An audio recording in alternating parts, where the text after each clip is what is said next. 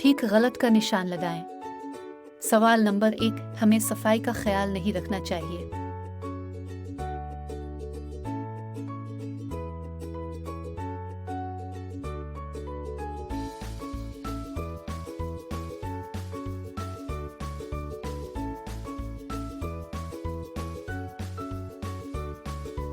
सवाल नंबर 2, बच्चे अपनी उस्तानी के साथ पार्क में गए थे।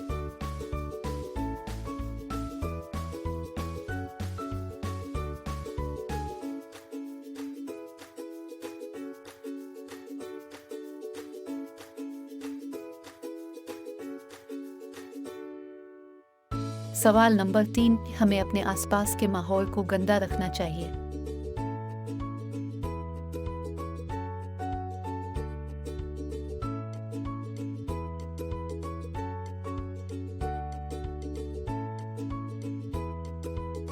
सवाल नंबर 4, अच्छे बच्चे सफाई का ख्याल रखते हैं।